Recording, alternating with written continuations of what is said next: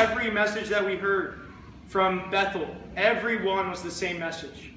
And they were literally preaching, you need to love your life so much. If y'all read the notes or tried to decipher the notes that I sent to y'all, that I took very somewhat copious notes of the man's sermon on sexual purity, never mentioned the name of Christ. Not once, not Jesus, not Christ. Mentioned God twice, but it's really God has the same desires for your life that you do. It was not the gospel. And he literally preached the way to sexual freedom is by loving your life so much, by, quote, making your life so attractive that you won't want to ruin it by sexual sin. Love your life so much that you'll just replace that sin with loving your life so much, with other various lusts. And none of them actually are doing that. They're all saying that's the way they're going, but then at the same time saying, I've been in this group for 2 years.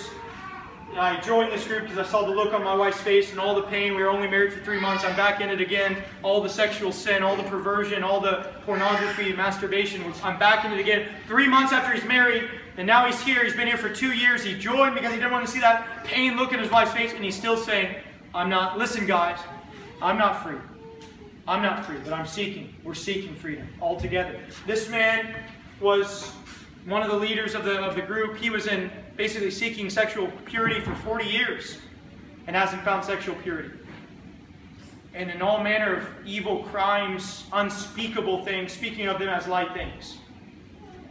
I mean, homosexual acts with men just to gratify these sexual lusts, and he's speaking of them as light matters.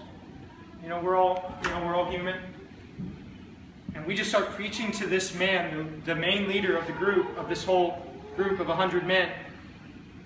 Just start preaching to this man. I start preaching to this man how there's freedom in Christ. Like I was, in the same vicious cycle as y'all were, and then I was born again. And then I got saved, and then I was set free. All together set free. And he's just marveled, oh, that's good for you. And it just snowballed, rather and truly, very quickly. Snowballed until finally he could not stand it any longer. Jordan was turned with a couple other brothers. He was preaching to the other leader of the group, and they could not endure it any longer, brethren.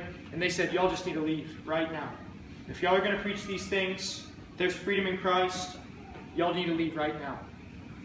So we said, okay. It was kind of making a ruckus. All these small groups of men were all now strewn about this little sanctuary or assembly hall. Go back and get our backpacks. I know I've got to preach the gospel to these men.